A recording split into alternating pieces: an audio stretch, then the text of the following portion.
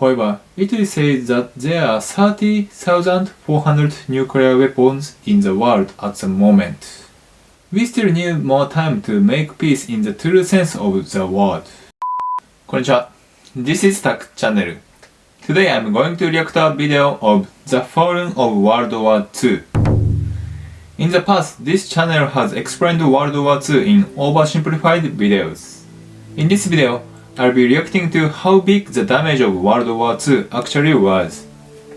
Japan caused a lot of damage to the United States, China, and Southeast Asian countries in the Pacific War. So how much is that? I'll give you a detailed reaction from a Japanese perspective. So let's get started.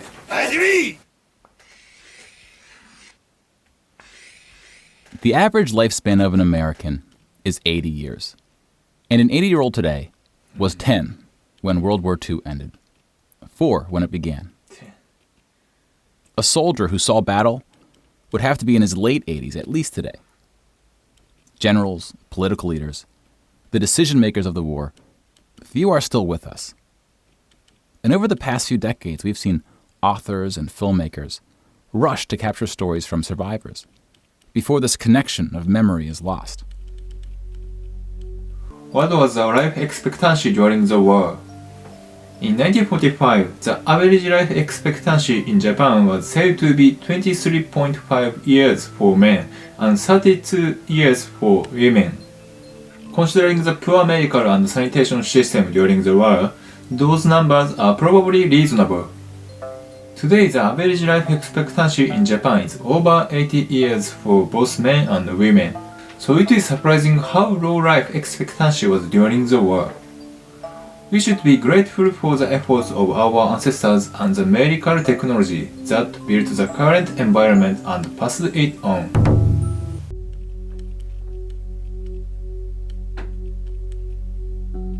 This project is not about individual war stories, and it's not about survivors. We're going to tally up the tens of millions of people whose lives were cut short by the war, and see how these numbers stack up to other wars in history, including trends in recent conflicts.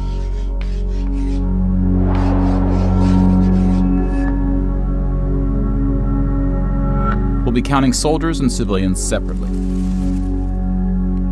Each of these figures represents 1,000 people who died. Civilians were of all walks of life, whereas military deaths were almost entirely men. The average age was about 23. In most battles, for every 1,000 soldiers killed, there are more than 1,000 who are injured. The word casualty can be confusing because in military speak, it often includes both deaths and injuries, and anything else that takes a soldier out of service. Here, we're just counting the deaths, and we'll begin with American soldiers.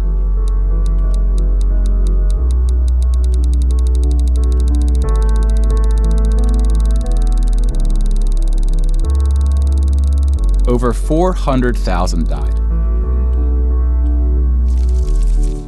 Most of the deaths occurred in the European theater, fighting the Nazis.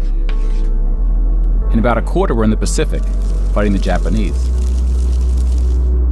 When you put them on the timeline, you see that casualties were the heaviest at the end of the war. The war began on September 1st, 1939. But the US wasn't willing to join the fight until Pearl Harbor, 2 years in. The deaths increased drastically on D-Day, when the Allies invaded Normandy. One of the most tragic moments of the war was on D-Day at Omaha Beach, where 2,500 Americans fell. So about the same number of US soldiers died on this single beach landing as the entire 13 years of the recent war in Afghanistan. The bloodiest battle in the Pacific was Okinawa, which lasted 82 days, during which 12,500 Americans died. Okinawa War. 12,500 Americans died. It is said that 19,400 Japanese died in the war. The surprising thing here is that 94 civilians died as well as the Japanese army. It is said that a quarter of population of the time was killed, which indicates that there were a large number of casualties. As it well known, the Okinawa were also harmed by Japanese military. They were sometimes deprived of valuable food or driven out the bunkers in which they had taken refuge. In some cases, family members were forced to commit suicide en masse. About 5,000 of these deaths were at sea from kamikaze attacks. Kamikaze suicide missions.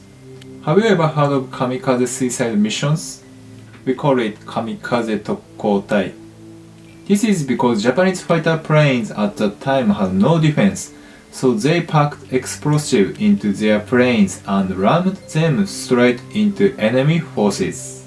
It was said that the hit rate was 1 in 9, and many Japanese soldiers were needlessly sacrificed for such a foolish strategy. Also, 80% of damage done to the US military in the World War II was caused by kamikaze suicide attacks.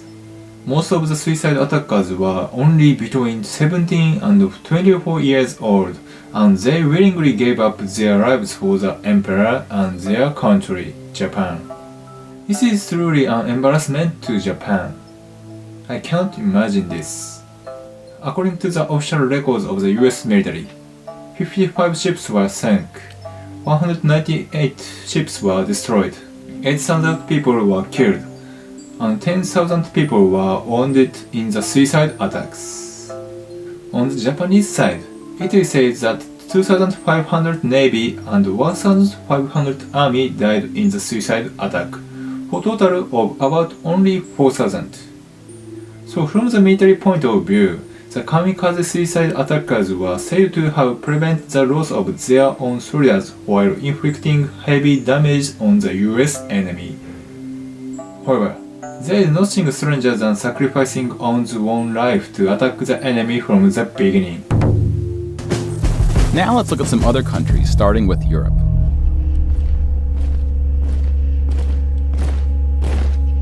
Germany started World War II when it invaded Poland. Poland ultimately lost 200,000 soldiers in the war. Most died after the invasion while the country was occupied by Germany and the Soviet Union.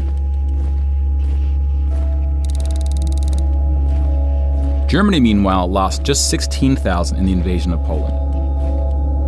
The Nazis went on to invade and conquer other countries, including Denmark, Belgium, the Netherlands, France, Greece, and Yugoslavia.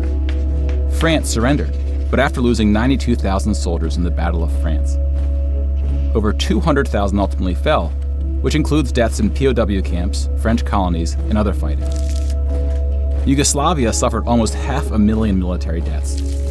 The initial invasion brought relatively few casualties on both sides, but the deaths mounted under Nazi occupation due to guerrilla fighting, civil conflict, and mass executions.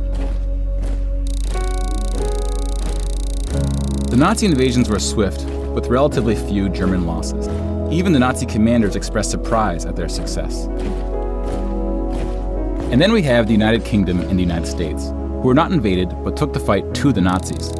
Britain lost about the same number of soldiers as the US, which includes the British colonies. Germany lost about 500,000 soldiers fighting the US and Britain in what is known as the Western Front, which took place in France and Belgium.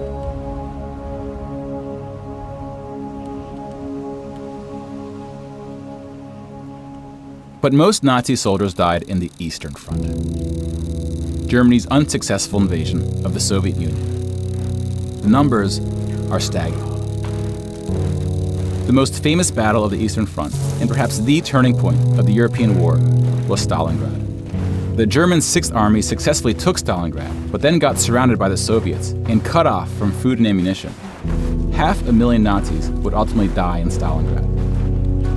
Another 100,000 were taken prisoner, of which 6,000 would ever return. POWs had a low survival rate throughout World War II, and it was particularly grim in the East. When you include these POWs, roughly the same number of Germans died in Stalingrad as all the Western Front fighting against France, the UK, and the US. And though Stalingrad was a victory for the Soviets, they suffered almost twice as many losses as Germany. The Battle of Stalingrad. Its video says that a lot of people died, isn't it? As explained in this video, the Soviet Union has the most deaths. When it comes to the inhibition of Stalingrad, about 590,000 of the 600,000 people are gone. In terms of the current population of Japan, it is unimaginable that the number of living in Shibuya War, Tokyo, would all die. The Soviet Union would eventually defeat the once unstoppable German army, killing 2.3 million Nazi soldiers. But winning the war came at a cost.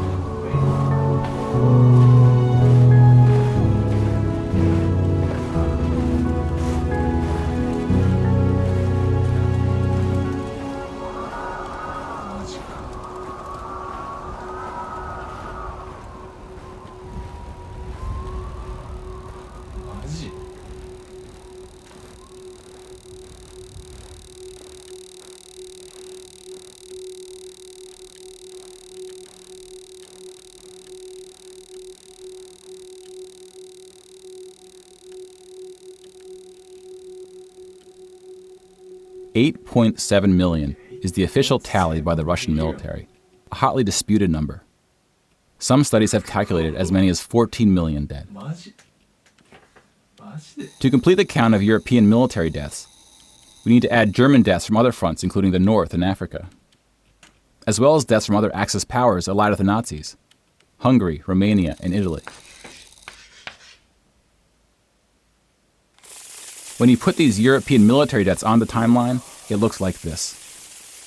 You can now interact with the chart to learn more. Pause the narration if you would like more time. 500,000 people dead in Germany.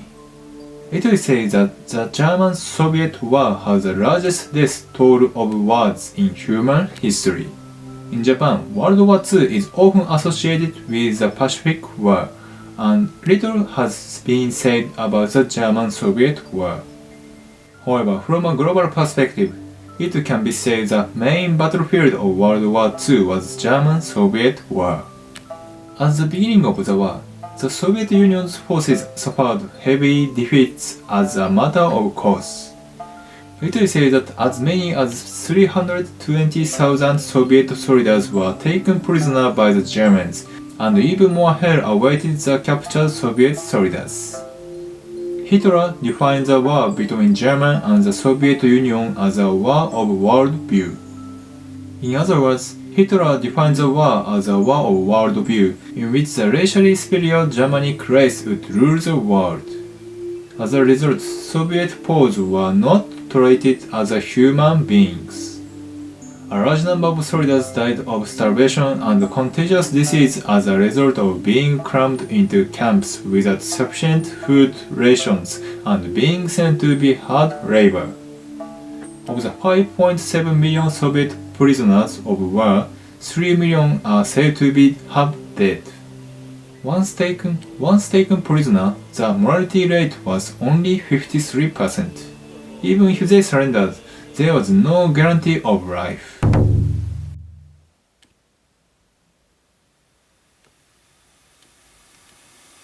And now we switch to civilian deaths in Europe.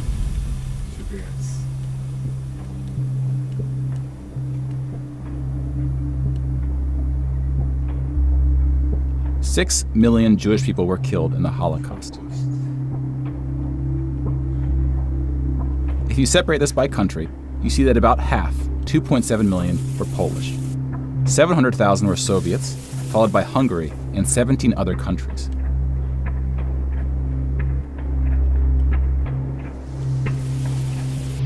Broken down another way, about half of the 6 million were killed in the concentration camps. Over 1 million died in Auschwitz. Most were killed in the gas chambers. Others died from starvation, exhaustion, disease, and other forms of execution. The second most deadly camp was Treblinka, which was exclusively an extermination camp, set up to look like a train station. Mobile killing groups killed 1.4 million Jews.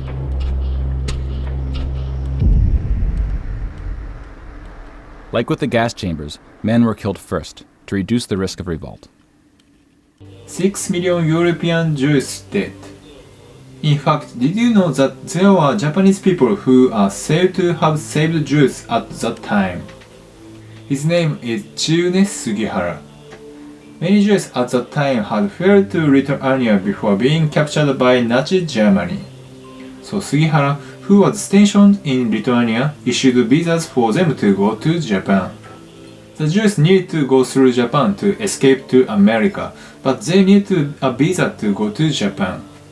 But the Japanese government was in league with Germany, so of course they wouldn't allow them to get visas. So Sugihara opposed the Japanese government and issued many visas. In the end, it is said that Sugihara saved the lives of more than 6,000 Jews by issuing visa, and he is prized as a hero in Lithuania. At that time, many people in Japan did bad things in the war, but we should not overlook the fact that some people did good things as well. It's a really good story.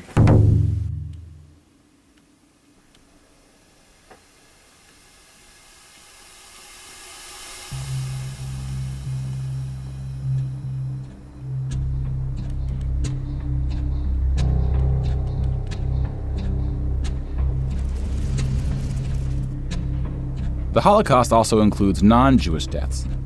Between 130,000 to 500,000 Roma, then called Gypsies, were killed. The numbers are disputed. About 250,000 people with disabilities were killed. Homosexuals, Catholics, and other groups were also exterminated, but their numbers were relatively small. Some historians say that other civilian deaths should go under the label of Holocaust. About 2 million non-Jewish Poles were killed under German occupation. Some of which were sent to the gas chambers at Auschwitz.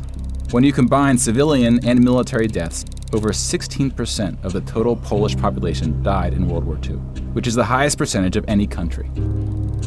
But not the highest in total death count. The Soviet Union again tops that list, losing at least as many civilians as it did soldiers, somewhere between 10 and 20 million. A particularly dark moment for the Soviet Union was the siege of Leningrad, now St. Petersburg. German forces surrounded Leningrad before civilians could be evacuated. Supplies, including food, were cut off for 2.5 years. 1.5 million people died as a result, mostly from starvation, mostly civilians. Stalin's cruelty towards his own people is partly responsible for these numbers. He often didn't allow civilians to evacuate from cities, thinking it would cause the soldiers protecting them to fight harder. About 1 million Soviets died in Stalin's own labor camps, called the Gulag. Just about every country suffered civilian losses, especially countries who were invaded. While many died as a result of so-called collateral damage, the biggest numbers occurred when it was no accident. Civilians were exterminated, purposely fired upon or bombed, used as human shields, or intentionally deprived of food. The intentional killing of civilians was done by most warring parties, including the United Kingdom and the United States. The United Kingdom was spared of a land invasion, but still lost 60,000 civilians, largely from German air raids or blitzes, often directed at civilian population centers. The UK did the same to German cities at a much greater magnitude, causing about 10 times the number of deaths. But most German civilian deaths came from the ground at the late stage of the war. When the Nazi regime collapsed, civilians living in occupied regions had to desperately flee from the advancing Soviet army. Rapes were widespread, and death estimates ranged from 600,000 to 3 million.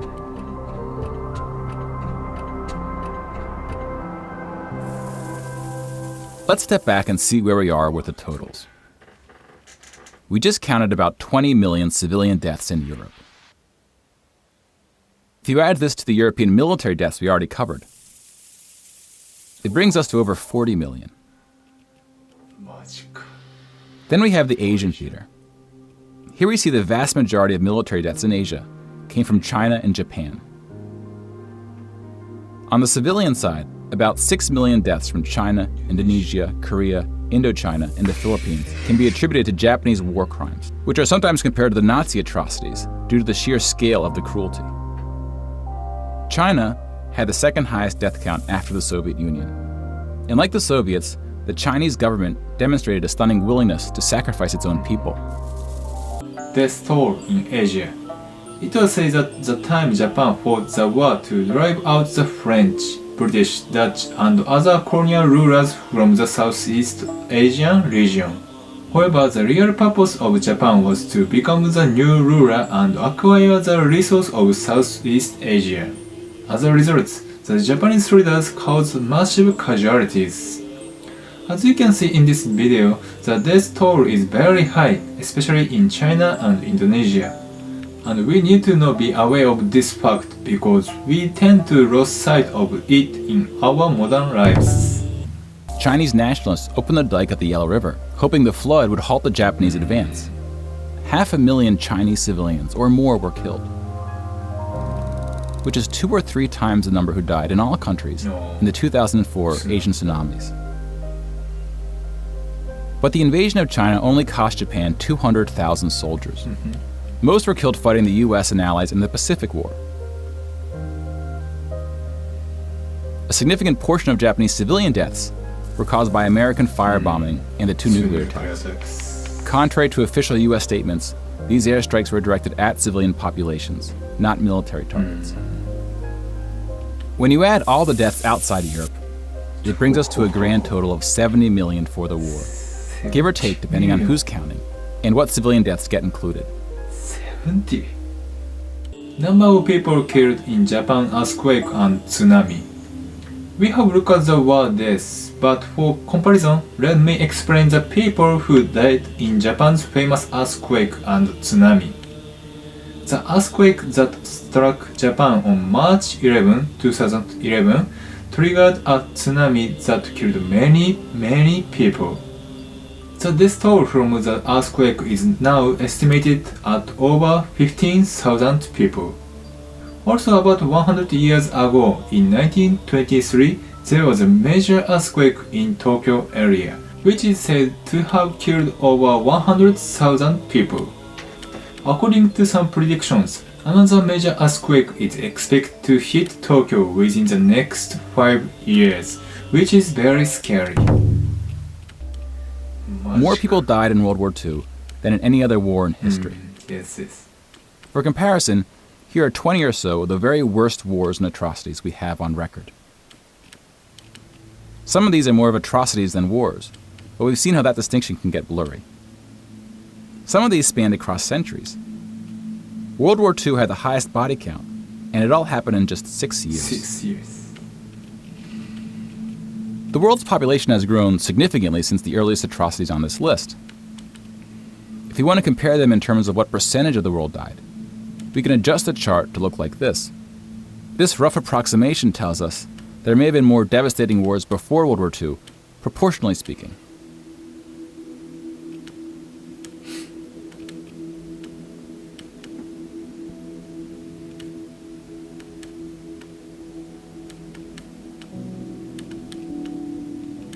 When we turn to post-war conflicts, it's hard to say anything that isn't controversial.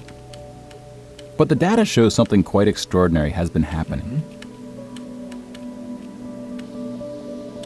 In 1989, John Gaddis coined the phrase the long peace to identify the absence of conflict between the nuclear powers during the Cold War. 25 years later, the Cold War is over, and the term is still being used, although its meaning may have shifted. European countries have not fought each other, except for this 10-day war in 1956 when the Soviet Union invaded Hungary. The modern age is a time of peace. It's true that we are not at war, but this is because we both have nuclear weapons. However, more than 500,000 people were killed by the atomic bomb in Japan. There are also many people suffering from the after effects of the bombing who are not included in this death toll. Nowadays, everyone in the world hopes that nuclear weapons should never be used again.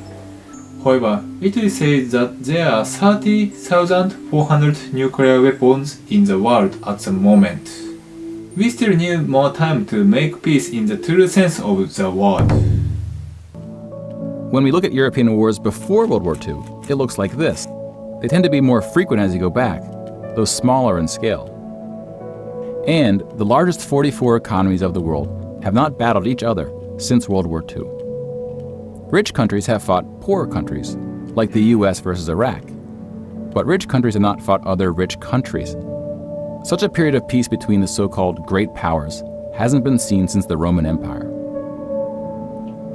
To many, peace is too strong of a word. Wars have occurred since World War II, and they can be grouped into these 4 categories. We don't see colonial wars anymore. We've already noted that interstate wars between rich countries have not occurred at all, and here we see wars involving smaller economies have tapered off. That leaves civil wars of 2 types, with and without foreign intervention. And this is what these battle deaths look like alongside of World War II. More people died fighting in World War II than in all the wars since. And again, we can't forget about world population, which has almost tripled since World War II. If we scale these numbers to show deaths in proportion to world population, showing the likelihood that a person on Earth dies in battle, the downward trend becomes even more pronounced. Now, this isn't to infer anything about why this trend is occurring. That's a discussion for another day. You can now interact with this chart to explore what conflicts are behind the totals. Now, bear in mind, we're just looking at battle deaths here, not civilian deaths, but those too are in decline. Peace is a difficult thing to measure. It's a bit like counting the people who didn't die in wars that never happened. We give such importance to the word peace, but we don't tend to notice it when it occurs or report on it. Sometimes it takes reminding ourselves of how terrible war once was to see the peace that has been growing around us. Of course, this trend may not continue, and it's not clear how looking at these charts can help us make the right decisions to ensure that it does. But the longer the long peace grows, the more significant it becomes. So if watching the news doesn't make us feel hopeful about where things are heading, watching the numbers might.